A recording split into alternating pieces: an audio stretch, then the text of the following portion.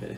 Hello. This is The best podcast that you have ever seen. But I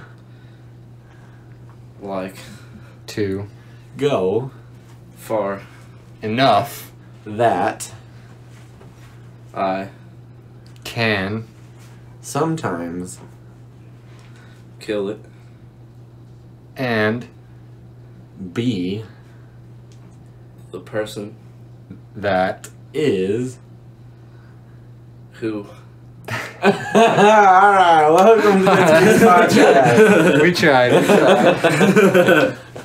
tried to go with the circle story. Somewhere, dude. I think we were getting somewhere. I haven't done one of those in years. Yeah, that was like our fifth attempt, by the way. Yeah. For listeners. Fifth attempt. We got far that time though. Yeah, well, everybody's just attempting shit. That's when it comes down to it. You can kind of say, even when you're doing a performance, you're still attempting, you know? Yeah. Until it's done.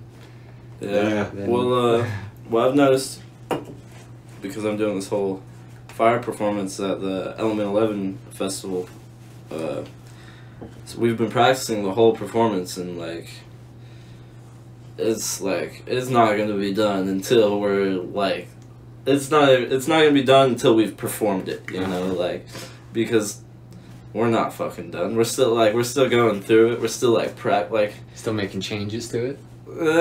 we're trying not to make changes at this point, because that would just fucking fuck everything. Yeah. That would fuck the world, you know. And but you can just tell that it's constantly improving, you know, constantly improving. It's never, Which is kind of a mind change. yeah, well, it's never like there's always more to be done, you know. There's always more practice to be had. You're never done, no matter what you do.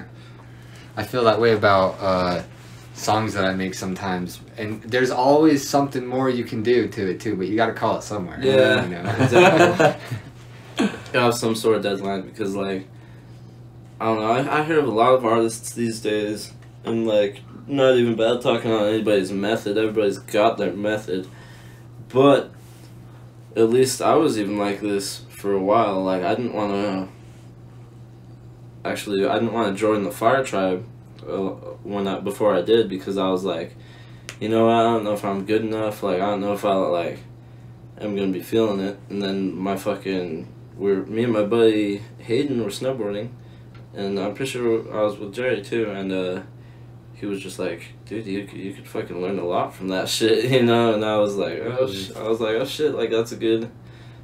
that's a good fucking call. But what were we talking about before that? Fucking losing track. Making small changes to things. You got to call it somewhere. Oh yeah, and pretty much I didn't want to show anybody my shit, because I didn't think I was done, you know. I didn't think I had anything worthy to show. I didn't think I could add anything to this whole community.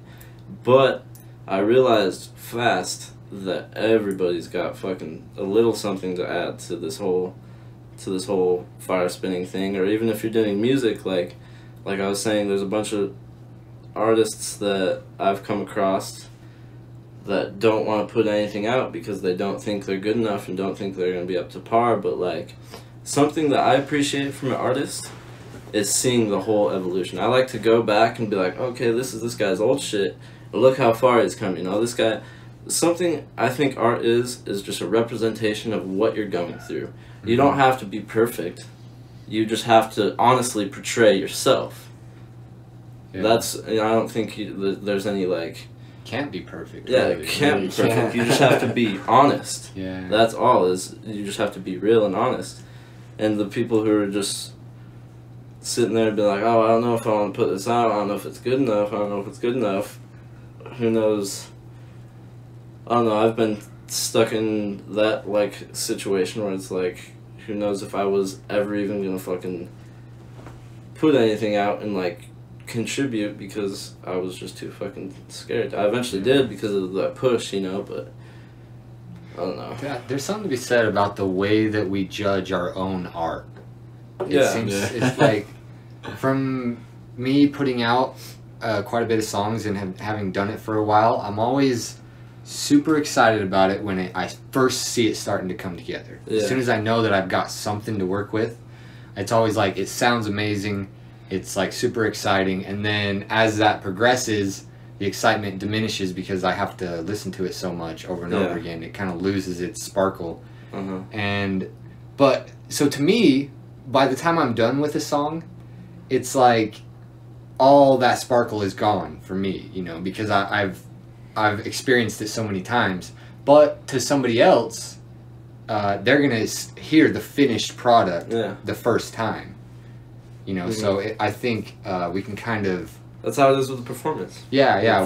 We have like a biased opinion on our own art because we have like seen it through the whole thing, you know, kind of like, if that makes sense. Well, I feel like we're a lot more hard on ourselves, you know, like when we're, maybe it is because of the repetition of seeing it or whatever it is, but I feel like we are a lot more judgmental of ourselves. And maybe it, at least, maybe some reason that I might be, is because, like, you know, like, if I'm judging myself, like, to me, it's kind of like, oh, well, you know, I'm judging myself. But, like, if I'm judging a friend or something like that, it's kind of like I want to, there's already good vibes at the start, you know, whereas, like, there can be good vibes when I'm judging myself, but it depends on my mood I'm in, you know? Depends on the mood I'm in and how I'm going to judge it. Whereas, like, when I'm going to judge something that a friend's doing or something, it's going to start with good vibes at the start, you know? Because, I don't know, seeing any of your homies do any form of art is inspiring and uplifting and, you know, makes you feel better about yourself and everything. Yeah. And I don't like when, let's say, a more experienced artist will go bad talking on some artist who is just trying to do his thing, you know, and like just getting out, just trying to.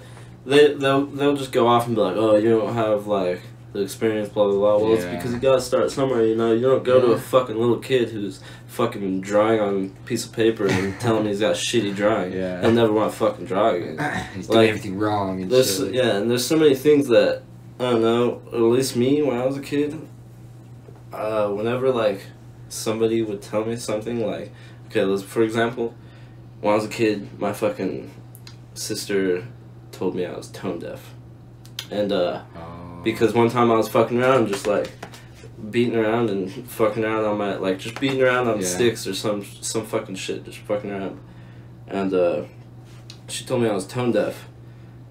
And I was so scared to make any sort of music ever since then. That's so fucked, dude. It's so fucked how we hold on to things like that. Like, for so long when we were a kid, we let that, like, define who we are. And I've just recently gotten back into, like, being okay with, like, being a little bit more musical, but, like... Well, and so I know a couple friends, handful, that are super judgmental about the type of art that they put out. When other people do the same type of art. Oh, see, I see that in myself a little bit. And I be careful with that I have a lot of friends that, well, I have at least just a handful of friends that are very judgmental about it. And I've talked to a couple of them about it, and like kind of the main thing that they say is like, when they're super judgmental, and even sometimes mean about it, you know, or derogatory about it, you know, it's kind of like they're trying to say like, they're still talking about it, you know, with you, which means that they have enough time of day to put words in to tell you about how it is, which in that sense to them makes it kind of like not so much a compliment, but kind of like a compliment. But like constructive criticism. Criticism, but in a bad way, because like they're also saying, you know, like, hey, I've been putting a lot of time into this, so if you're gonna show me something, you know, like, I want you to have a lot of time put into it, you know, like, there should be a lot of time put into it, and then also, like, if you're going to take my so-called constructive criticism and take it in a bad way, then that's your fault if you drop off of that art. That's true, because if that's all it took... Exactly, then once you get up way, way, way, way bigger and you get something, you know, then... Because you're always going to get that. in any industry of any art is Yeah. constructive criticism. So, well, I think that's good, you know, constructive criticism. But I think once you get to the point of, because like, you get constructive criticism by coming forth with what you got. So that's how you show somebody what you can do, and then they tell you how you can improve. They don't go, you have no right to do this. I'm better at this than you. Yeah. You know, I think that's just when you get your ego involved and you're just trying to fucking shoot somebody down, and you're just almost jealous that somebody else is trying something you're trying. Mm-hmm. Because like, I've been there as a kid where it's like, okay, this is like dumb shit, you know. I was like the punk rock kid in school. Like, I would wear patches and like studs on my vest, and like I was the punk rock kid. There was another kid, new kid. He came and he was punk rock Not too. As punk rock as you though. And I right? was like, I didn't like him. Yeah. I was like, fuck this nigga. I was like, you know, like this nigga's stealing my thunder, you know. But like, there's plenty of thunder, like, plenty of it, like, and let's say a certain artist makes fucking, I don't know, I'm just paintings, and then he makes fucking dank ass beautiful paintings, and then this other nigga is trying to make paintings too, and he's just asking, you know, what can I? I feel like as long as you're not maybe this is okay, a little bit scrambled, but maybe artists, like the more mastered artists, get frustrated when when like an up and coming artist thinks that they are like up to par, you know, if that makes sense. Like, if they come into it like they're the shit instead of being humble. Because I think if you're humble about it and be like, okay, I'm new, like, I don't know what the fuck I'm doing, can you show me some shit? Yeah. Then they're going to be a little bit more respectful. But if you're like, if you just barely started fucking painting a day ago, and then you're like, I'm a painter. Yeah. You know, like, then that's kind of like, you know, nigga, like, you started painting. Yeah. I have trouble even defining myself by things like that. Well, and I think it depends on the level that you're at and the level that they're at, and your attitude about bringing it up, and their attitude about how they feel in their spot in that artistry as well. Yeah. Well, and I feel like if you're humble about it, because I've even talked to because someone I know, he wouldn't mind me fucking talking about it, but Easton, we've had him on the podcast, and he feels really strong about his art, you know, and I know I could go up to Easton if I was starting to, let's say, rap, you know, like Easton does. I could go up to him and show him some shit, and if I was humble about it and was like, I just want you to tell me straight up your opinion, and if I wasn't going up to him like, I'm a rapper. Yeah, like, check out this shit, like... I think we discovered the whole issue behind it all. Yeah. Just being humble about it. Yeah. I definitely have seen all of this shit inside of me. All of it. Oh, yeah, same. Well, and another crazy thing is how... I feel like when you get excited, you start to put off less of a humble attitude, you know? Yeah. You start kind of... But there's a certain point that it's okay to not be. Yeah. You just gotta know when that point is. And that's and see, it's all relative to the situation. And there's so many factors built into the situation, of the response, that it's like, I feel like you could definitely be excited and humble at the same time. Like, yeah, you can be like, yo, dude, this shit, like, I'm really excited about it. I want to see what you think about it. Yeah. I'm excited to show you.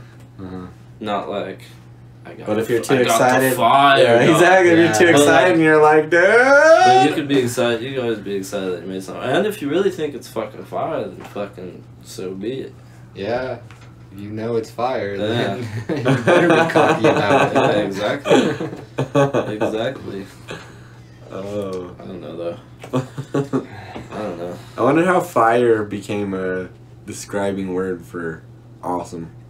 Have you seen fire? It seems fairly new in my life. Well, I didn't grow up with the saying fire. I did not grow up with the that. first time when I started saying fire, I was in probably like 8th and 9th grade. And it was when my buddy. At first, because this is funny, we had somebody sold us this weed that was called Fruity Pebbles. And my buddy was like, "Oh, dude, we got some Fruity Pebbles. It's fire!" Yeah, the weed was like the whole thing that brought up fire. Yeah, exactly. That's what I'm saying. And it was, but I thought that the strain was called Fruity Pebble Fire. Oh. So I was like, "Oh, we got that Fruity Pebble Fire." And I was just calling it that for a while, and then my buddy was like, "No, it's fire. Like it's dank, you know, like it's fire." I was like, "Oh, okay." But what came to my friend group before fire was heat. Really? Yeah, got that heat. Really? Yeah. I never really said that one. I heard it, but I never said it. Totally popular, and then fire was after that. Oh yeah. But it's cool to think about that. Just like less than 100 years ago, cool was like not a word to mean something that's awesome. What do people say? Gay? No, cool always was cool, like cool always meant like cold. Yeah. Okay. Less than 100 years ago, it was it's an awesome word now. Well, its description means awesome. Yeah. But then it's like, "Ooh, you cool as ice, nigga." Like, what, you saying I'm emotionless? Nah, nigga. Cool niggas are always just, you know, like they're just cool, you know. Cool as ice. It makes sense. Cool makes sense though, cause like cool is like chilling. Cool, yeah. Chilling, yeah. Chilling. Yeah. And chilling is another one. Yeah. Is getting cold, you know. Yeah. What was the original cool? Awesome. Awesome. It's I fresh. think. No. Fresh is somewhere in the fresh middle. means like just Dope. picked. What Dope. would I they say dope a lot now. I'll probably say Yeah, too dope's much. a good one. I remember when I first started saying dope. Whenever, That one was. whenever you start thinking you're saying a word too much is when you start saying it too much. I remember when I Because then you said. start noticing it. Yeah. I remember saying dope as a kid. My dad was always like, "What? So drugs?" Yeah. It's one of those words that I feel like. Shut up! I mean, cool. I use it around certain people. Yeah. Really? Yeah, the word dope. I use it around whoever. My dad is he uses slang a lot. I grew up with slang, you know. That's why I love slang words. I'm always making up new fucking weird fucking words, you know.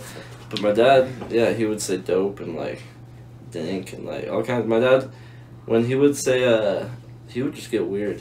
When he would be like, when he was getting like super weird and like thinking about some shit and like rubbing his like chin or something, you know, getting pontificating, you know. He'd be like, that's interdasting. Nah, I would just laugh so hard for some reason. Because it fits perfect, interdasting. Yeah, it's like interesting times two. Yeah, that's fucking interdasting. Interdastulating. Yeah. Interdastulations. So I forgot which reality show it is I watched, but I'm pretty sure they said it in 2 or 3 of them. But they said when somebody says, like, when they're judging something about you and they say it's interesting, that they don't like it. I'm guilty of that. I've said that before. Like, someone tells me this whole thing and all I've got for them is, oh, interesting.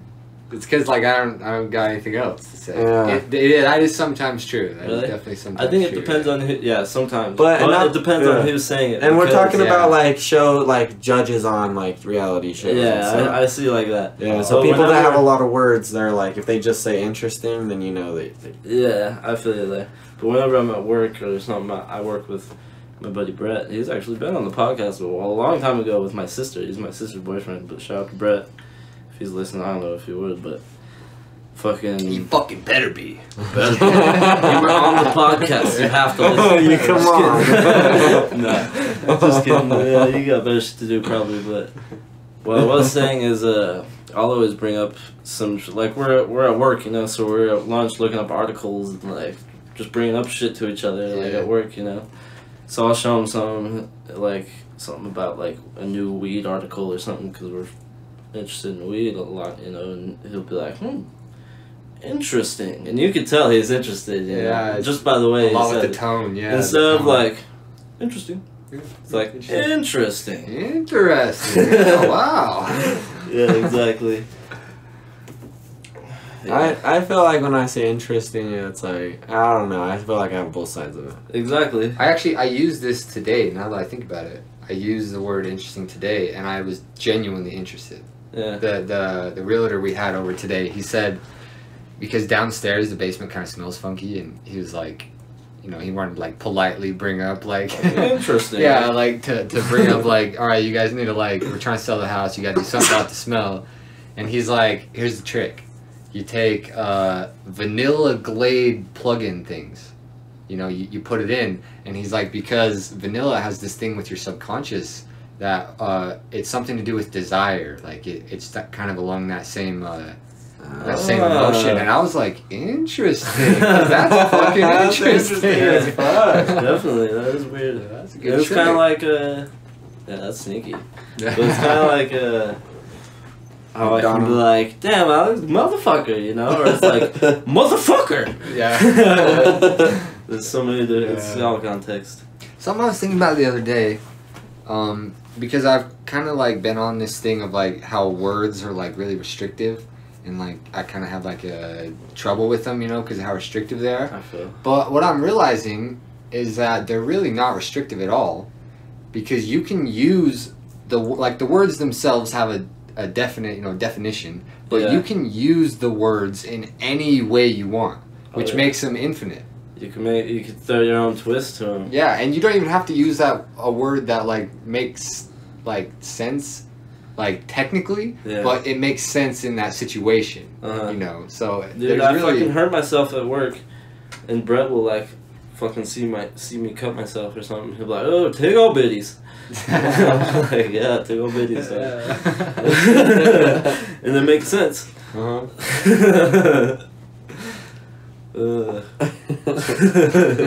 It's just dumb shit. Yeah, you can say whatever you want. Yeah. You really can.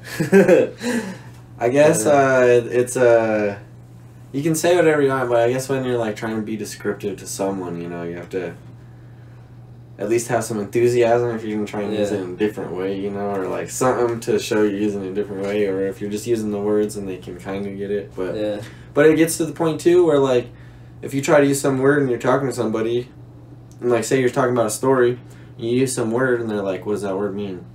It's like, now you gotta explain that word. It might have been better to say a different word, you know, so that you can continue the story, because you might have lost like train of thought. Of it. Yeah, that's true. Yeah, that's true. Well, and especially I'd imagine if you were speaking to somebody, like I noticed when I, at least at my old job, and sometimes I work with one guy who isn't that like, he knows quite a bit of English, but like doesn't know as much as like somebody who's been speaking English their whole life because he's from Mexico, you know. And I'll talk to him, and sometimes I could just tell that he missed something, you know, because I talk so funny, you know. I talk like a fucking jackass, you know. And it's like with people like that, you kind of gotta tone it down a little bit and be a little bit more formal. I got some practice with that at Crown for sure. Yeah, there's a lot of those people that like speak half English kind of thing, you know. And you can tell when a dude is just saying because he just wants to continue the conversation, but you know he didn't understand you because he's like too embarrassed or whatever to like say what. I've been there and I speak English. Same. That's why I understand it. Yeah, it's just one of those social things that's like frustrating because like you need them to understand, you know. But you know what sucks is when you gotta say what like 3 times. By the third time you're like, fuck it. You're like, you like feel bad the third time. You're like, sorry, I didn't catch that. What was that? Yeah. So it's the worst when you're like in a public place and a stranger is like trying to talk to you and it's like, what? Yeah. And it's like, what? The third time. Oh, what? Okay, yeah. It's weird how we feel bad for like possibly making them feel like they're like not talking right or something, because that's where that not lies. Describing it right. Yeah, like it's almost like you're insulting them by saying what, because you're like, oh, you're not talking right. Dude, at my first job when I worked at McDonald's, there's a few times this happened, but there was this guy who came in and he was like, fucking, I don't even know, it was Middle Eastern, I think. Middle Eastern or some shit like that. Way out there, but he came up. He's like, can I get a McDouble? And like I was baked as shit, so like I couldn't even comprehend what he just said. Yeah. And I was like, what? He's like, McDouble. And I was like, and I like looked over at the person next to me. I'm like, McDouble? And he's like, McDouble. And saying it in his accent or whatever. And I can't do it, but and I'm just like what? And I get the manager to come over, and I'm just like, what's this guy saying? You know, and he starts getting pissed, like super pissed. Yeah. And then he says it again. He's like, McDouble. And then I heard it, and I was like, oh McDouble? I was like, okay. And I fucking ordered that shit for him. Since I work on the phones, dude, all day, fucking, and I work for America and Canada, but people also call in from, like, around the world. I probably only had, like, 15 calls or less in the year and a half from Apple since October. I don't know what it is. But anyways, but I get a lot of people, like, there's a lot of Chinese Americans, you know, and there's a lot of, like, a lot of people in Canada speak French, like, that's their main language. And like, so, like, Quebec and shit. Yeah, and so, well, all across Canada. But, that's, like, one of Canada's main languages, French. And so, like, I'll get people with French accents calling, and then, like, Mexicans, or Hispanics, too, you know, and, like, just all types of accents, and so, like, I can't understand, like, 75% of most people what they're saying, but, like, I'll have to, like, catch on to, like, certain words, and, like, I won't get the whole description of what's going on, but I'll be like, oh, so this and this, and then I'll be like, alright, so what's common problems with this? And I was like, oh, you mean this? And then they're like, oh, yeah. I think the hardest one for me is Chinese accents, because they're just, like, so, they can say words, like, C will be like, chi, so I'm, like, thinking it's, like, a T, or CHI, or, like, fucking, who knows what, and I'm like, oh, God. So those are the people I have to get phonetical with, where I'm like, A is in apple, N is in Nancy, D is in dog, like, you gotta spell it for me, come on, you know, because, like, if I don't get it the first time and it's, like, hard enough, I'm gonna ask him the second time to spell it out for me, and I usually don't accept, like, just spelling it out, you know? I'm like, no. You gotta say the word. What does that stand for? Yeah. Dude, back when I worked at Jiffy Lube, we would have to read the license plates off to each other and write them down. And we would always, like, instead of being like, B as in boy or something, like, we would always think of the most ignorant, like, fucked up shit. Like, there would be, like, a CF3, it'd be like, cunt fucker times 3 or some shit, like, some shit, you know, just like, it was fun, it was a fun job. I don't know, like, the military ones. A lot of people do that. They're like, I work with Alpha, Bravo, Charlie, yeah, and so, like, a lot of people I work with do that, because they, like, memorize that, so, and it helps a lot with the job, but, like, a lot of people that I work with do that, and then there's, like, a lot of people that call in that are either in the military or, like, they know about that, and so they, like, do the military version when they do it. But, like, for me, I just say fuck that. Like, I'm saying dog and cat and fucking... This was the easiest word. Daniel. And whatever word comes up. The one that always fucks me over is U and Y. But I've learned... Umbrella. The two that I do is U is in under and Y is in yellow. Those are the two that, like... Because those two were so hard for me at the beginning. And your mom. Yeah. Those two were so hard for me when I first got my job. I was like, fuck, U is in And so under, for some reason, came to me, and then Y is in yellow came to me. But the funny thing is, because I could just kind of freestyle it, like, I always change my letters, you know? Like, sometimes I'll say D as in David, sometimes I'll say D as in Daniel, sometimes I'll say D as in Doug. Oh. And so what I've noticed, because I kind of freestyle them, is I say words that I've used within the past 3 days. Oh, really? Yeah. Like, that's like short-term memory. Like, yeah, it's like something like that. It's like, whoa. But, like, it's funny because, like, I'll catch myself, like, I'll say something, like, when was it? This one day, fucking, my brother Jeremy was home. And, I always say J as in John for some reason. But he was home, and, like, I heard his voice, like, 10 minutes before this call. And then, like, I went, and I was like, J as in Jeremy, and then I was like, oh, shit. And, like, I don't know, I just noticed that I say, like, the words that I've used that start with that the most recently. Yeah. I just had a good idea. If you ever decide to quit your job, you need to fuck with as many people on the phones as you can and get fired. Dude, my homie Easton's been on fucking. I didn't even give a fuck about this. He actually got the original job with me at Teleperformance. So like when we first started with Verizon, I work with Apple now, but I'm through Teleperformance. But we started at Verizon, and we both got the job together. And it was my second call center job, but it was his first, and it was a work at home job. Yeah. My first call center was at a center. And so, like, that nigga, dog, like, I give him props for the shit that he got away with. Like, fucking, he used to, like, when he was super tired or, like, super hungover or something, you know, he would, like, be right, because he had, like, his computer right next to his bed. And so he would, like, fucking sign in for work and everything, and then wait for a call to come in. As soon as the call comes in, put it on hold, and then, like, go back and take a nap. And, like, all this fucked up shit. He'll, like, he would, like, put customers on hold and just be like, alright, I'm gonna put you on hold and look into this, and, like, try and close his eyes for, like, set like a 10-minute timer or, like, something, and, like, go, like, take a nap, and then, like, alright, I'm still looking into that. Go back, and, like, he was one of the, and, like, he didn't last there too long. He didn't last there more than 6 months, I don't think. But and he's, like, and, like, see, sometimes I get so pissed off at my job because of the way that customers act, and, like, I feel like when you get customer service reps that do certain things, you kind of build up a stigma for them, and it's like like, oh, what, you're gonna put me on fucking hold and come back 10 minutes later, tell me you're still on fucking hold? Yeah, yeah. Like, shit like that, and I'm like, dude, calm the fuck down, or like, just different things. Because you get one bad experience and you'll go off of that. Shout out to Easton, he's the new. He taught me, like, cause, like, before, like, I started working with him, I was always about, like, being, like, on point about everything on my job, you know? He taught you how to slack? On point on everything. He taught me how to slack. He taught me how to slack and get away with it. Yeah. It's like, you always have those characters to do that. Yeah. I was on the phone the other day with CenturyLink. I'll fucking call him out on this shit, I don't care. And the dude I was talking with, I could tell he was one of those, he just, like, didn't want to be there, didn't want to do his job and shit. Motherfucker put me on hold, put me on mute. Like, he was, like, going in and out of mute, you know? And, like, this motherfucker got it mixed up one time and thought I was on mute.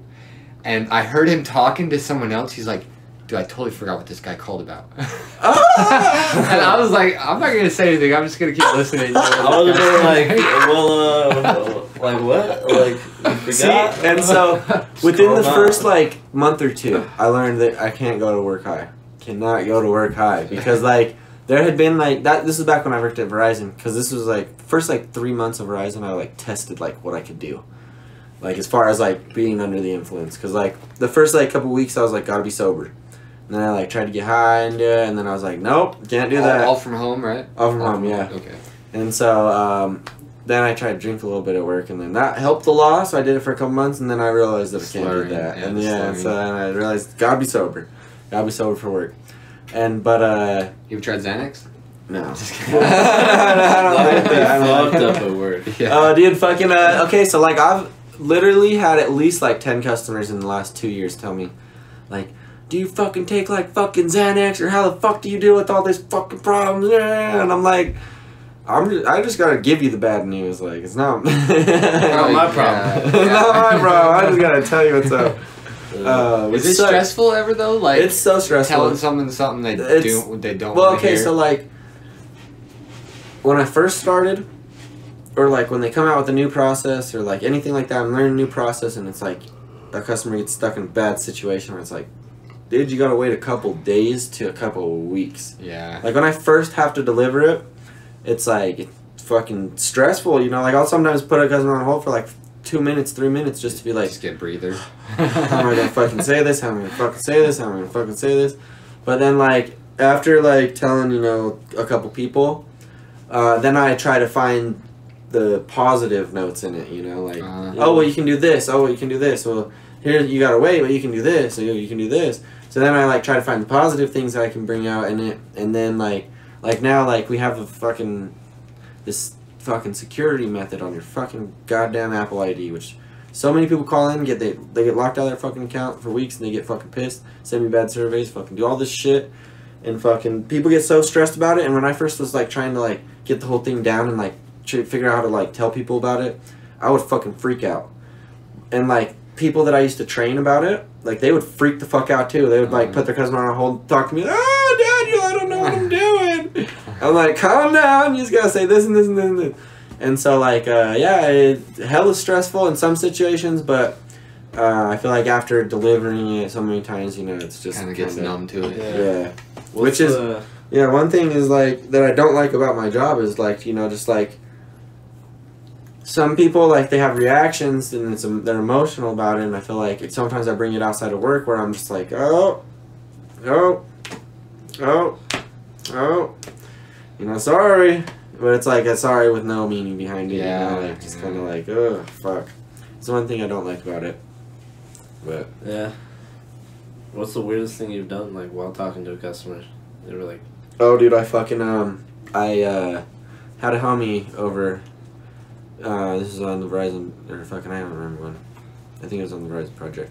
But I had a homie over, and fucking, I was talking to him, and I kept, like, you know, I put the customer on mute, talk to the homie, and then, like, talk to the customer when I had to, and then, like, whenever I had breaks or something, I'd put him on mute and talk to the homie. And, like, when I talk to my homies, I say fuck a lot, you know? Yeah. And so this girl, I went to say, like, you could, like... You could do this, but I said you could fuck and do this, and I was like, oh shit. What'd she say? But like I really corrected myself again. Like, Did you get out the? Reset it. Did you get out the? I feel like I got the C, but not the K. Oh, okay. I feel like I got a soft C, but like not the K. But like very fucking close, and I was like, so I like resaid the whole sentence, and like she didn't say anything, and I was like, thank God. Everybody says fuck. Everybody. But you can't over the phone. That's something that could get you on a like final write up. Like, well, it depends on who you're talking to. Yeah. Well, it depends on if the boss is listening. Depends on if the boss is listening. So that's all it depends about. Well, okay, you have QA, which is quality analysis. Then you have your boss. So quality analysis goes through once a week and pulls the random call, and they'll listen to it. And then your boss once a week goes through and he'll like put you in a room and like sometimes not even tell you and just like fucking just listen to your call while you're doing it. So it's like a live listen. And I'd rather not know. Exactly. It's like once you know, you're like fucking like on. Yeah. If they're just doing it or if they just pull the call, it's like, oh shit, yeah, I got that one. I know it.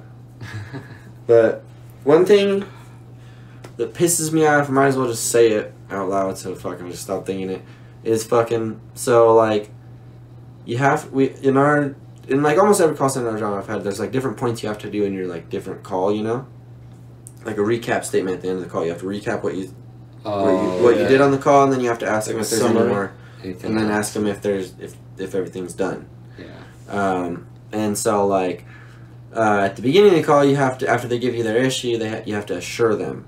You have to like, oh, I got this. I can help you with this, you know, or something of that sort. Just, and I like Apple because they're like non-scripted. They're like free flow, you know. Do it, say whatever you want to say. You just have to assure them. You have to make them feel assured.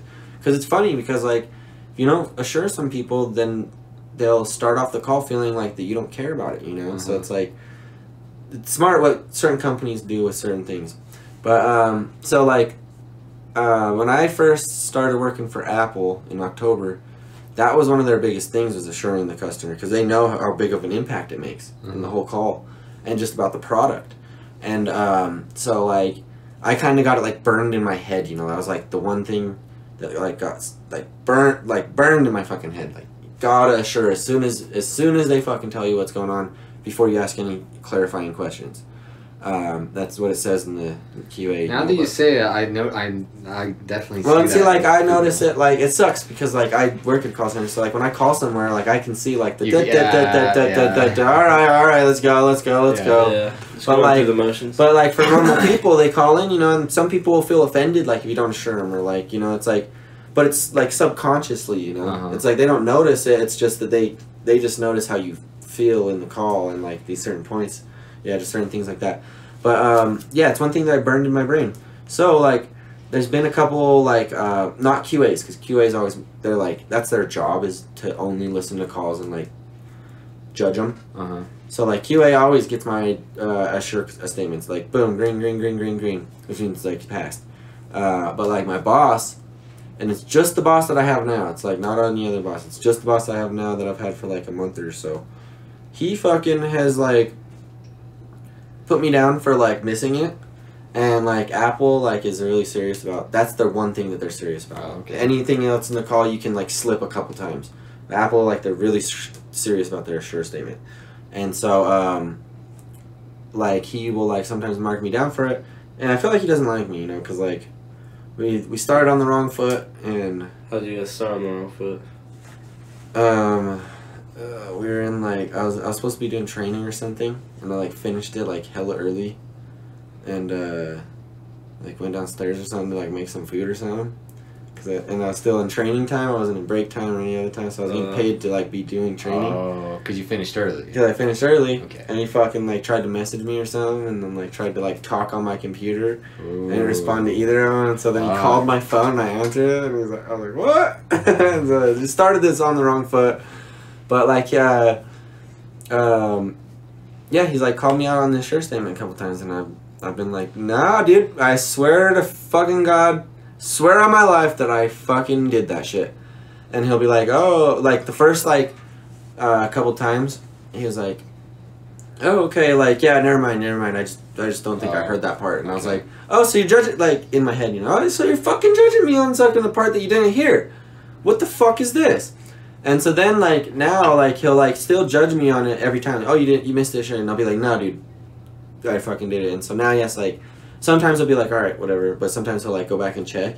And he'll, like, put it, like, on. So, like, we're listening to the call me and awkward. him. That's awkward. So awkward. But he'll put it on and I'm like, oh, boom, right there. And he's like, oh, okay. I think I missed that part. But it, like, pisses me off because it's like, you're marking me on something that's super serious about my job security. You can't fuck that up. And can you, like, report him about it? Like, well, I'm, like, seriously, the past, like, month or so that I've been under him, like, my job has got so irritating. And so, like, got to the point where I fucking to the point where I was like, I don't want to fucking have this job anymore. And so like I think because like I work for Teleperformance, I don't work for Apple. So I think I'm either gonna talk to our HR rep and be like, hey, can I like try out a different work at home position, or even a center position now that I have a fucking car. Yeah. And so like I was thinking about it too, and I was like kind of thinking like I kind of want to get out of my house, you know, like the reason I started the work at home job was because like me and Rachel.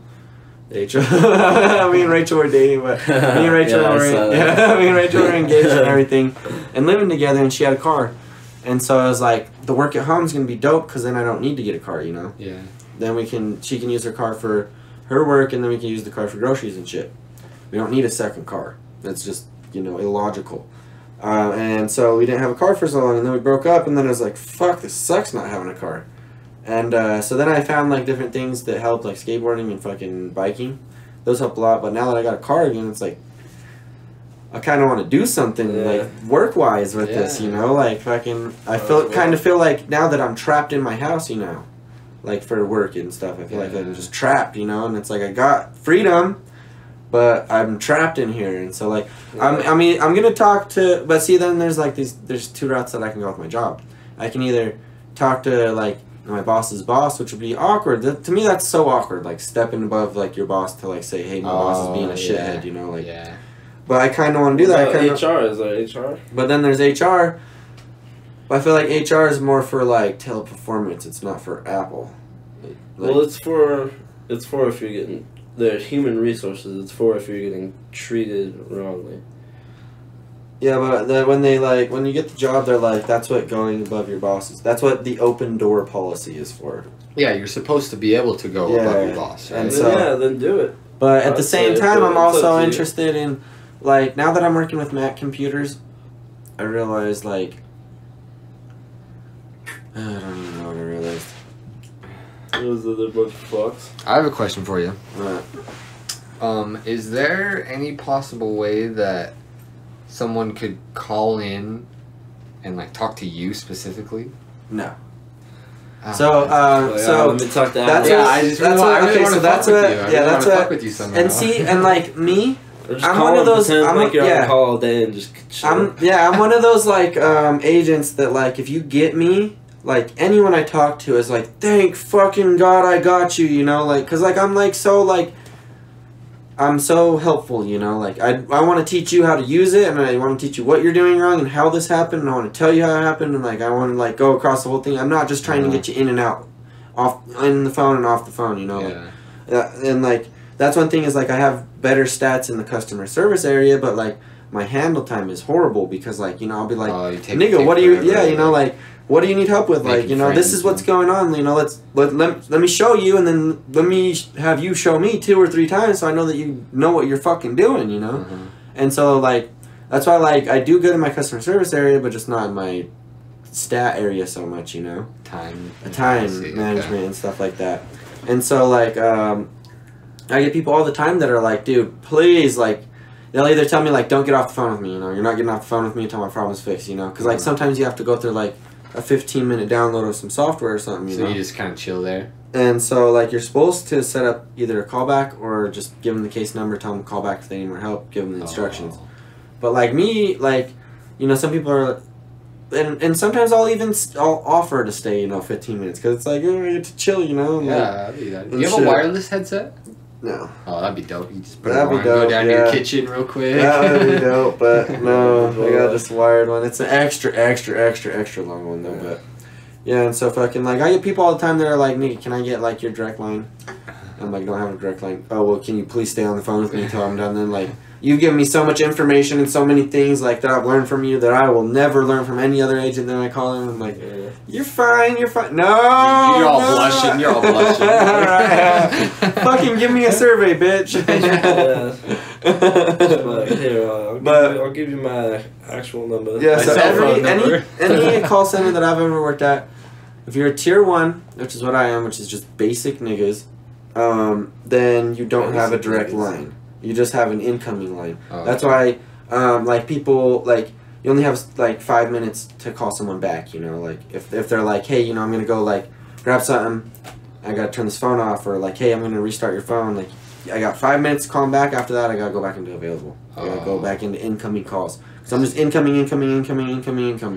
And so, like, tier 2s, which are, like, managers, Apple likes to call them senior advisors. Apple's all about their wording, and it's like, it's weird, but it's cool because it, like, changes the way you think about certain things. Like the Army. Instead of a manager, you're talking to a senior advisor, someone that's advising you that is private that is a senior. Exactly.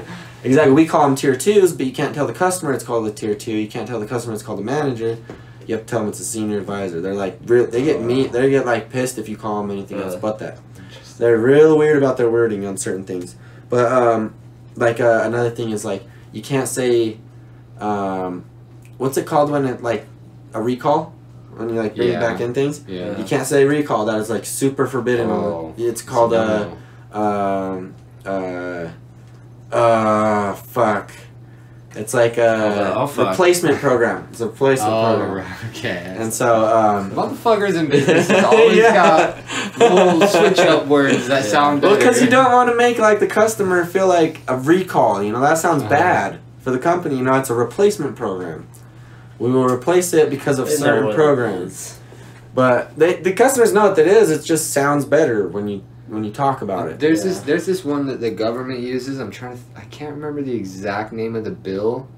It's called, like, the Patriot Act or something. Patriot Act, like, from George Bush. The most, like, noble, like, the most noble, beautiful name. It's the Patriot Act. It means, if it's the one I'm thinking of, it means that you can basically pay politicians for their votes.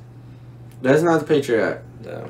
What's the Patriot Act? Patriot that's Act, when they can listen to your shit. Right? Well, no, the Patriot Act is from right after 9/11.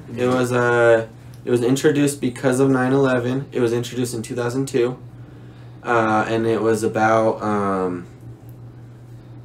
it was something with privacy. Something with your privacy. Yeah, okay. I don't want to say I know exactly what it is. I've researched a ton on it. Breach of privacy. But it's a breach of privacy where, to the point where, like, the government can. Oh, it's like where if you are anywhere near considered a terrorist or anything like that, the government has, like, complete access to, like, raid your home, listen in on your calls, like without warrants, like without warrants, okay, without anything like that. They can just, but it's a Patriot Act. Yeah, you know. And there's another one that's equally as fucked. I can't remember what it's called. You know what's fucked is how they say, okay, we went over Afghanistan, blah blah blah. This collateral damage, fucking blah blah. It's like what? Yeah. Collateral damage. What do you mean by that? People dying? Yeah, like innocent civilians. Yeah. Like what? Yeah. There's so many fucked things. But just to finish my conversation, but yeah, senior advisors or managers will always have their own private number, because senior advisor managers, they can do offline work. They can just put themselves in research mode. Ooh, where they're not taking mode. codes. I need to go into that mode. And just kind of like... No, I'm sorry, I'm not talking right now. and just kind of look into like things, why it's happening, and then they can like go from research mode to outbound call to call the customer back, you know, which is cool. But and like they get paid a lot more. Meditation mode. They get paid a lot more and everything, but like for me, that's kind of like the next step of my job, either going to a senior advisor or going to a manager of like actual team, like a manager of people of me, of tier 1 people. And I don't want to really do either. And that's another reason why it's like, fuck, nigga, now I got a car, I'm trying to like do something. Yeah. Cause like it's like I'm sick of like I don't want to go in either direction, you know. It's like being a manager of fucking people, of like agents like me. It's like you can't really, like you can boost your team, like, hey, good morning team, you know, or like, hey, let's get this going, you know, or like, hey, let's do this. But in the end, it's like it's their performance that like, you know, it's not like when you're a manager at like Jamba Juice, you know, you can like shape up a nigga, you know, and help his skills. You're with them. Yeah, because you're with them. But like if it's like their phone skills, like there's some people, even when I was training, that's what I noticed. There's some people you can tell them over and over and over again what they're doing and how to fix it, and like different ways to fix it. And some people just won't fix it. They're just not interested. They're just not interested. Well, and it's because you're telling them how to fix it, and you're not showing them how. Like, well, at least me, when like I could be at work, and I can be getting explained something, and then like let's say this duct has to go this way, to fit in all these fucking in this attic or whatever, but. Like, I'm not gonna comprehend how that duct really goes until I see somebody fucking lay that duct and see how it is put together, you know, like, see how the actions were put together to get it done. Then I could do it, no problem, because I was physically shown how to do it. Yeah. And I feel the same way, kind of. It's highly dependent upon how you learn. How good at communication they are. How good at communication that person is that's teaching you, because if the person that's teaching me is really good on top of their shit, and the main thing is when I'm noticed that I'm learning from other people is they'll forget the basic shit. Yeah, because they think you already get it. They think you already know that, and they don't think about the basic shit when they do it, and so they'll forget to tell you the basic shit, and then you get totally lost because you missed that one little step, you know. When I first started training people, that's what I caught on to really quick. It was like, you know, anybody that you coach, you gotta start from the very ground and then kind of build your way up. And then if they're saying then you can like kind of start speeding it up. But like if you gotta kind of start at the very bottom. Even if you said the same thing to the same nigga, you gotta start at the same thing. Or crawl before you walk. Yeah, see, and like that's one thing I could do is like become a manager and like manage people like that. But then the other one is like become a senior advisor, which is like if you called in and asked for a manager, that's who it is. They're not like an actual team manager. They're just a more experienced phone advisor. But like if I do that, I feel like then I'd hate my job 10 times more, because then you get like the people that ask for a manager that are screaming, you know? And then you get like the nutcases. You only deal with the and shitty like customers. You just deal with the shit, the just fucking bullshit. And so like and the hard shit, you know, the hard shit too, because like sometimes like it's cool with Apple. They're the only company that I've known that's done this. But like if a tier 1 person calls to a tier 2, they're like, I want you to take this call. They have to take it. They like can't say like, no, here's the steps. You got to do it. You can do it. They have to take it, or else they can get like in trouble. But yeah, I mean both are kind of like. So for you being on the phones and everything, do you think is that something that like you would want to be doing for like the rest of your life, kind of? I want to do something with on the computer. Okay. Like technology driven kind of sort of thing. I don't want to be talking to a customer while on the computer doing shit. Have you ever done anything in sales? I did door-to-door sales and I can't do it. Can't do it. I think it knock takes sales off. Yeah, sales is not my personality. Knock sales off my It list. takes a certain personality. Like, we're all salesmen to a certain degree, but like, if you're selling something that you're not passionate about, that takes a certain personality. Yeah. Because I can sell my fucking fire spinning all day because I love it. Yeah. But fucking, if I'm trying to go around and sell DirecTV, then it's like, I'm have to just fake like, it. oh, cool. But if it's my other homie who that's his passion, is just selling. Just selling. Like, he loves to sell no matter what it is. He likes to make money. Yeah. Like, that's his passion, is to make money. And which is fucking awesome, if like, whatever suits you, you know? But fucking, this nigga, like, I don't know. We need to have him on the podcast. We've talked about having him on before, but... Oh, is this the jiu-jitsu guy? No, this is my buddy, Jeremy Beardsley, and Beardsley, okay. Yeah, he's a good dude. He's just he's a salesman, dude. He's got that confidence. Yeah, dude. I love it, dude. He's got that confidence. He's a Leo, isn't he? No, Scorpio. No? Scorpio Makes even more sense. Really? Even more sense. I thought he was a Leo because he had a lion tatted. I thought that too, but it was only because of the lion that imprinted on me. But then I like found out it was real sign. I was like, it makes way more sense. Yeah. I was just going with the tattoo. I don't know much about which kind of Scorpios. makes sense. Me neither. I don't know shit about signs. Dude, I've been Scorpio. getting a little bit more into him, and I looked up. Should we make sure we're recording? Yeah, let's take a quick break. I'll fucking continue. We recording? We're back. Fucking. But like I was saying, I was looking up all the girls that I have dated or had a thing with. I was looking up all their signs. And I was looking up, like, you can't get too into depth with it or it starts getting fucking diluted like anything. But, like, just reading some of the shit, I was just like, oh my god, like, no wonder, like, so much of the shit didn't, like, work out. Or, like, no wonder, like, okay, like, one of the biggest relationships I've had, she's a Taurus, and I'm a Virgo, and like I didn't like, this is just how I naturally act, you know, bullshit about the sign or whatever.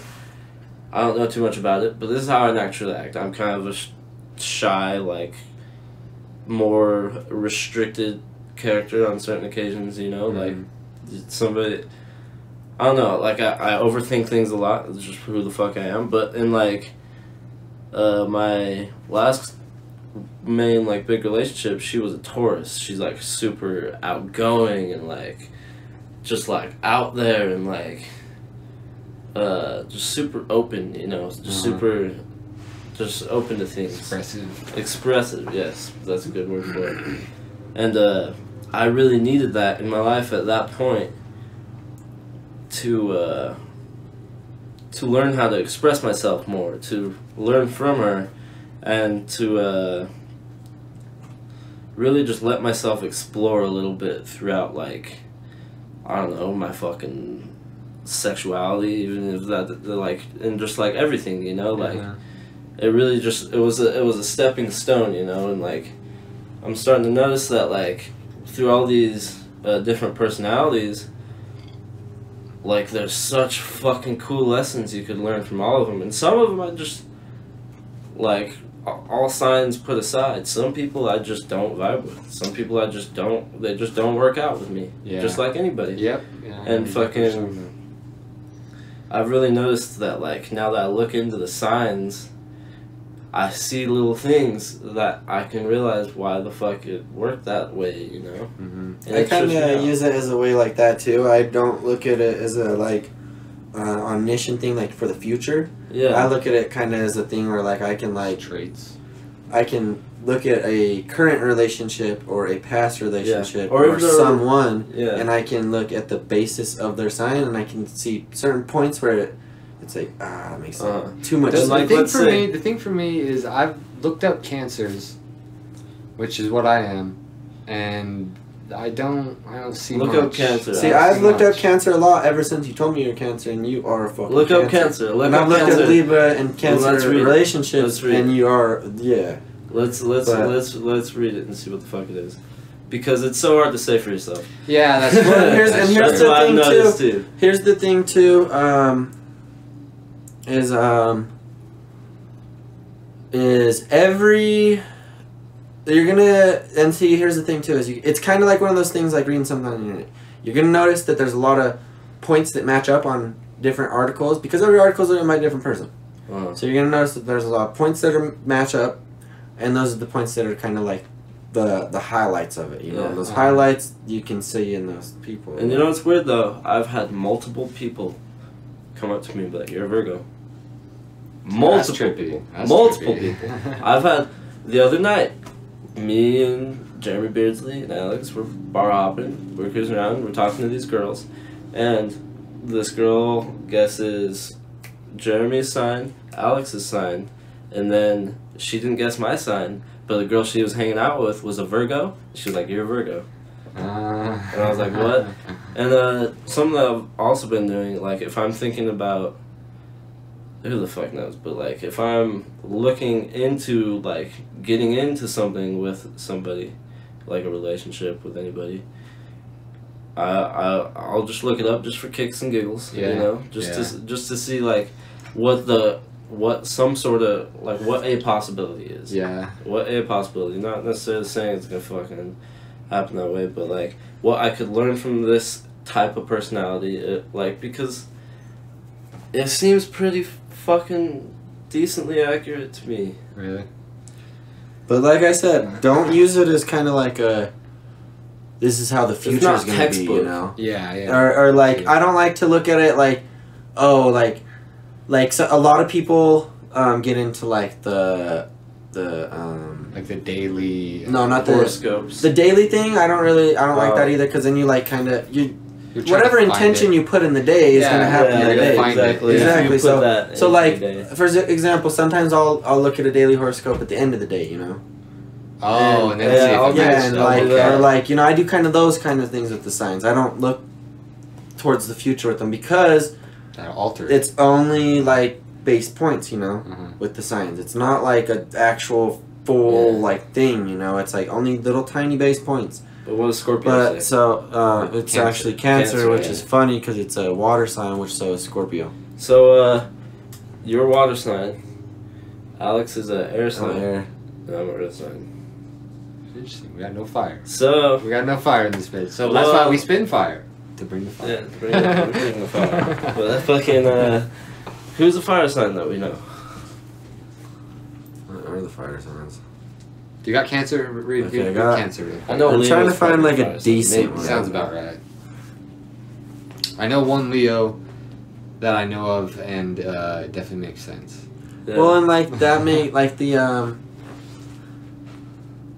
Dude, we need to get a girl here that really knows a lot about this shit. Yeah. Because girls, well, I don't know, I'm just stereotyping. Okay. But there's a lot of girls So, who know a lot about this remember, like only points in it, you know, like not every single word is true, you know. It's Okay. like maybe one sentence out of the whole paragraph is true, or maybe two sentences.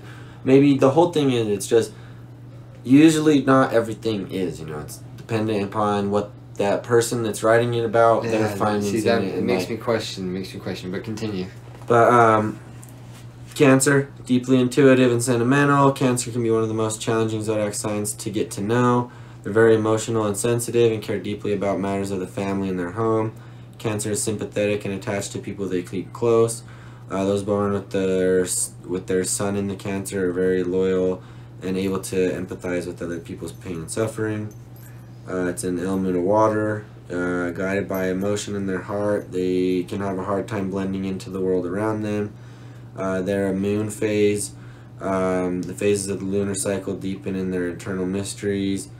As children, they don't have enough coping and defensive mechanisms for the outer world and have to be approached with care and understanding, for that is what they give in return. See that? Yeah, so a couple things click. For Couple sure. things, Couple you know, things just definitely a like- couple things, and then like, and so And one thing I don't know what exactly it is you know like so the reason we have all these signs and everything is because when like back in the olden times when you know people were actually looking at the stars and like making things of them, you know, and they'd noticed the constellations that came around during certain times of the year, and they could actually map out the times that those certain constellations would come back, you know, 12 months later. Those people noticed that, you know, everyone born under those signs had these certain similarities, you know. It's like as if like twin brothers, you know, they're gonna have a lot of similarities because they have the same parents, but they're not gonna be the exact same person. Exactly, you know? It's the exact same way. But since you're born in like the same, got like the same, the same late like go around, you know. Like, go around. It's very interesting when you start to think of like the scientific side of this. Yeah. Because like, what does that entail? That means that the stars. That means that the Earth maybe has different magnetivity, or and maybe it has to our consciousness, somehow. And it's maybe connected to the birth, and the maybe birth of our a spirit. Consciousness, you know, wherever it is. Like, okay, say I'm a Virgo, all our consciousness all the Virgos' consciousness is coming from a similar point. Oh, okay. Like being, like if we're an antenna to consciousness, then we're receiving it from a similar point, you know, receiving that signal from a similar point in space, or I wonder if it has like, actually has anything to do with the stars themselves. That's why I wanted to do, because that time when we were camping, when we were looking at the stars, I was just like, the only reason it makes sense. Oh, okay, go on. Well, I just felt like well, I don't know, when you're on fucking acid, I'm just gonna say it, but you can feel like there's really no boundaries, you know. There's no boundariness until you start putting them there, but like, and it really feels like at that point consciousness is everything, you know, but like maybe my conscious, like I was saying earlier, like it's being siphoned from a certain frequency. Like okay, like here's like you got a bunch of fucking different faucets. I'll turn on the fucking Virgo faucet, that's all my niggas. Yeah. And there's the other faucet, and then there's all the niggas. And it's all dumping into this big old bowl, you know, with all the fucking niggas, you know. So I wonder if because we've drawn these lines saying, all right, you're a Virgo, you're a Cancer, you're a Scorpio, but I wonder if we're actually like a blend between two different ones. And so that's what they call cusps, and those are people that are within. I used to say fuck it on cusps because I said, you know, you're a cusp if you're on like the day, or the day after, or the day before, you know. Then you're on a cusp. But I've been coming to realize, you know, that to me it's more comfortable to say within a week of the sign ending. Then you can be a cusp, which is a mix of two. But then at the same time, you're going to have traits of your mother and father, you know, that are just built into you. But you're also going to... But, okay, so one thing with signs that I think that they do have to do with the stars is because, like, the way that Earth follows the sun, you know, and the way that the sun follows a bigger sun out there, you know, and the way that all these things follow different things, you know, and I feel like, you know, at different points in time when the moon or the Earth is in a different point and the sun is in a different point in the galaxy, you know, I feel like, it's different things are going to happen on Earth. You know? I mean, technically, there's different starlights hitting the Earth at a certain point, no matter wherever the rotation is. There's different starlights, and I could potentially see a correlation between light and consciousness. Yeah, I could potentially see that. Well, and like light is like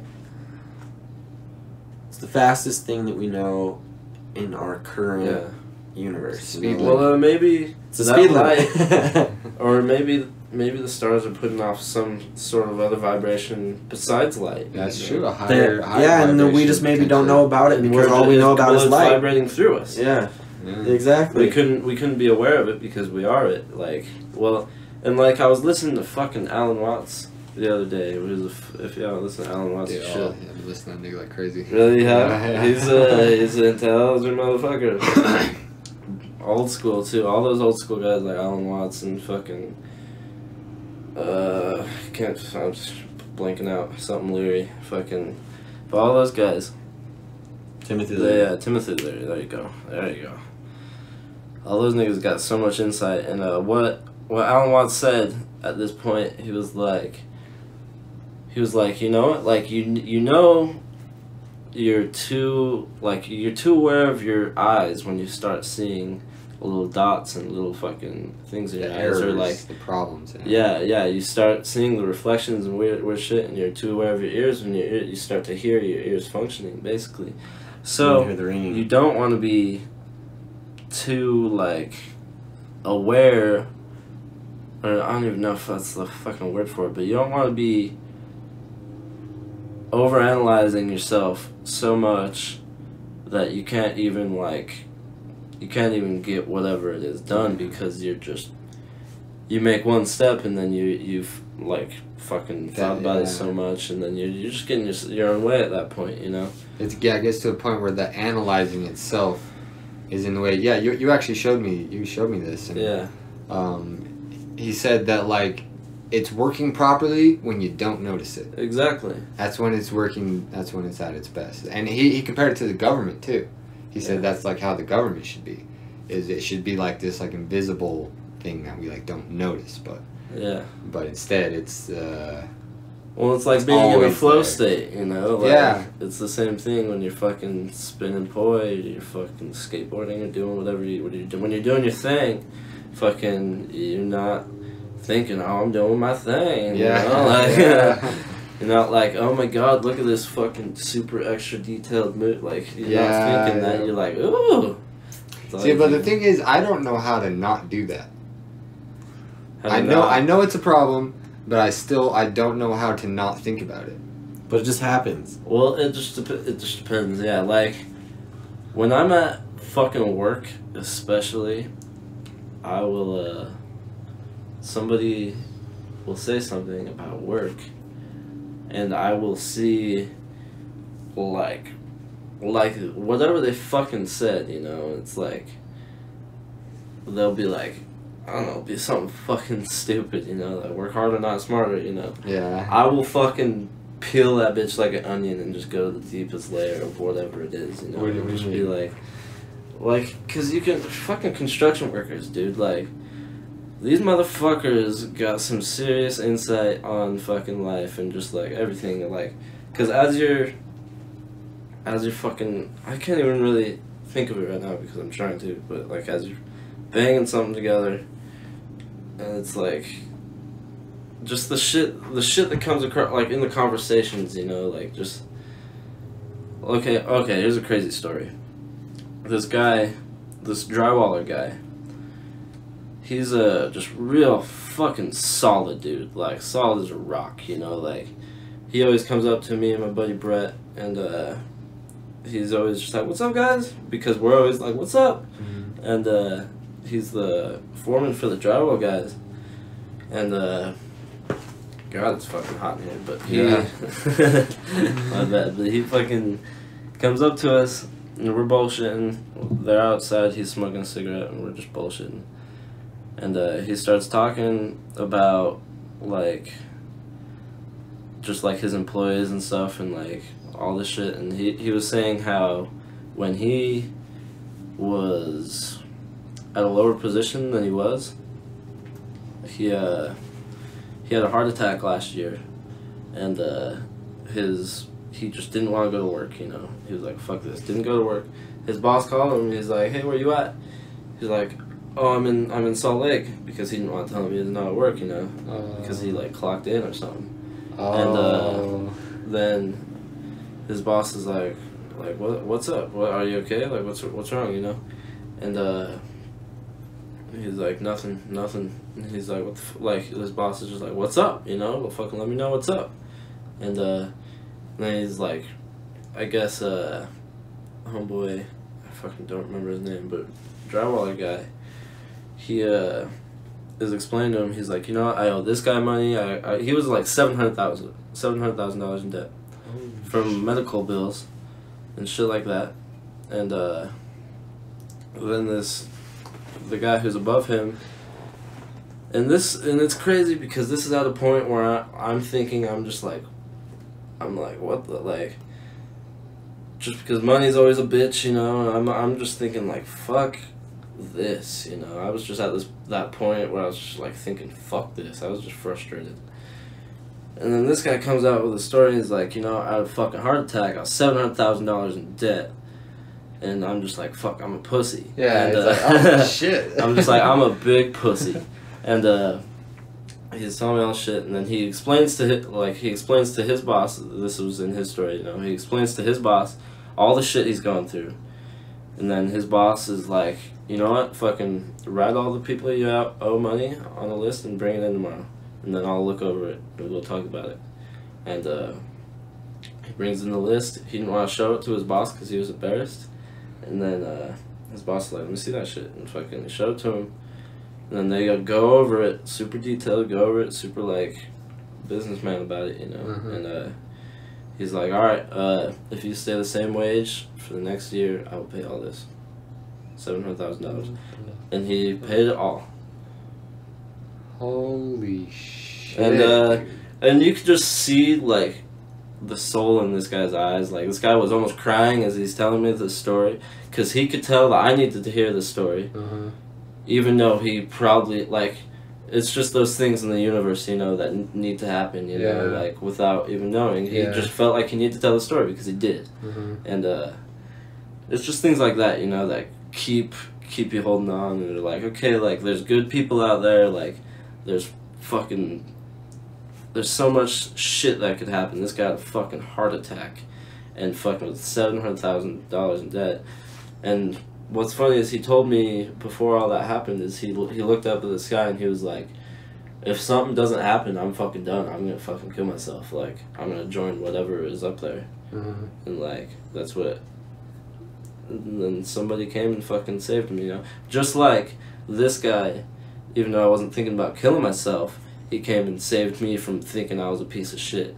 Because like, everybody has their debts, everybody has their shit, you know. But like, it's just fucking crazy, you know. Construction, like, especially this job and all my jobs, but there's so many subtle fucking things. Just when you're hammering something together, you're fucking, just little words that are said. I can't even fucking explain it, but little things that are said, just little remarks that you can just, it's like, oh, that applies to everything. I know what you're talking about. And it's like when we had Bracken on, he said when he was talking about his psychosis and how he was like noticing people's conversations and like thinking that they were answering his questions with just their daily conversations and things. I feel that way. And I don't know if I have psychosis. He said everyone has a little bit of psychosis, and I was like, holy shit, I do that. I don't think it's psychosis. I think it's just natural. Something that's happening. I think it's natural. I think it's something that we've lost. And something that we're gaining again. Because as kids, like, I didn't believe in fate. I didn't believe in I don't know if I believe in whatever fate is called as fate, but I believe in I believe things work the fuck out. Like, I don't know if it's fate or just science. Like magically somehow, like. I don't even think it's magic. I think it makes perfect fucking sense. I used to hate so bad on anyone that said anything about science to me. Anything. Really? I would fucking, I would hate so bad on it. Why? I don't know, just fucking, I was the girl Mormon. I thought everything was based on God. Science, dude.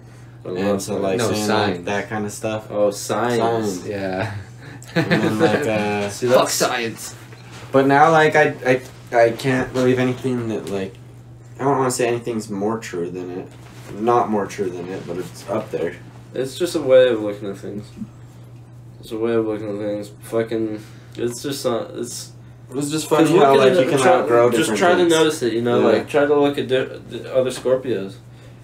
and see if you really have something in common with them, you know? Cancer. Yeah. Who do you know, guys know any Cancer, other cancers? I keep thinking of JVCs. No, I don't. Brooke's Oh, a my, cancer. Brooke is a cancer. Brooke is a cancer. Oh, I can see it. My, I can see similarities. My girlfriend's mom is a Cancer, and you're just like her.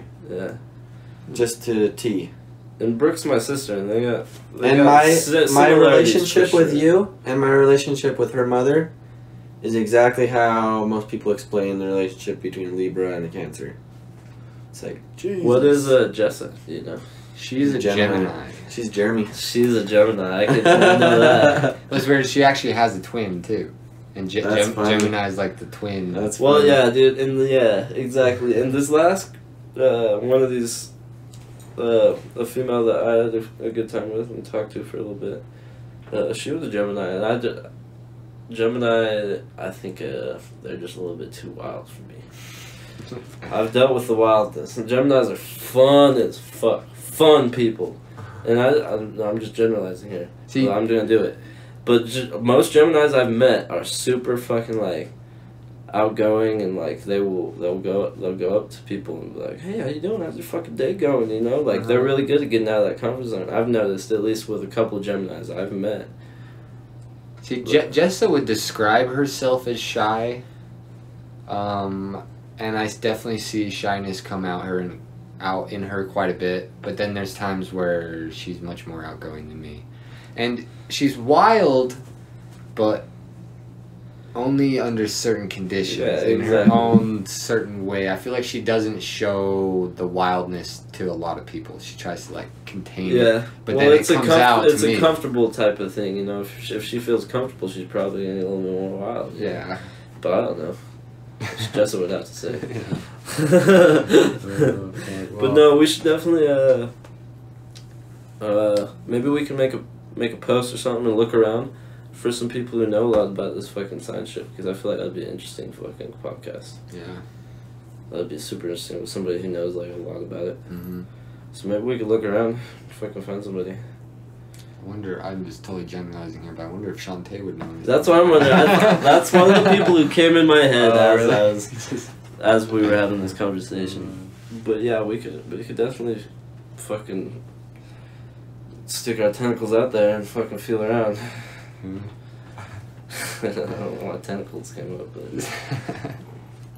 whatever. I like to say I know a bit about stars, but about signs, but I feel like it's imagine somebody's been studying. Yeah, I'm more of a I've learned from experience, and I've studied hard from the experience that I've got to get more experience on top of my experience. Yeah. But it's like there's still like a couple signs out there that I've kind of like dark roomed, because like I just don't know anybody that sign is, and I don't feel like I should look into that sign if I don't know anybody with that sign, because like I said earlier, I'm kind of more of, I use the signs as kind of a past tense thing. Yeah. Kind of put pieces together to kind of understand things a little bit more. But I don't like using it as kind of like a, oh, you're this sign, oh, so we're gonna have a good friendship, you know, like I don't like using it like that. Well, I like to keep things open, you know. Yeah. Because like you never know what's gonna happen. But somebody has studied some, what's it called, astrology. But yeah, that's what I'm saying. That would be cool. That would be cool. That would be cool. Yeah. Or should we call this one good? Yeah, let's call it. It's getting hot as it's hot, guys. Have a wonderful week. Thanks for tuning in. Much love, everybody. Peace out.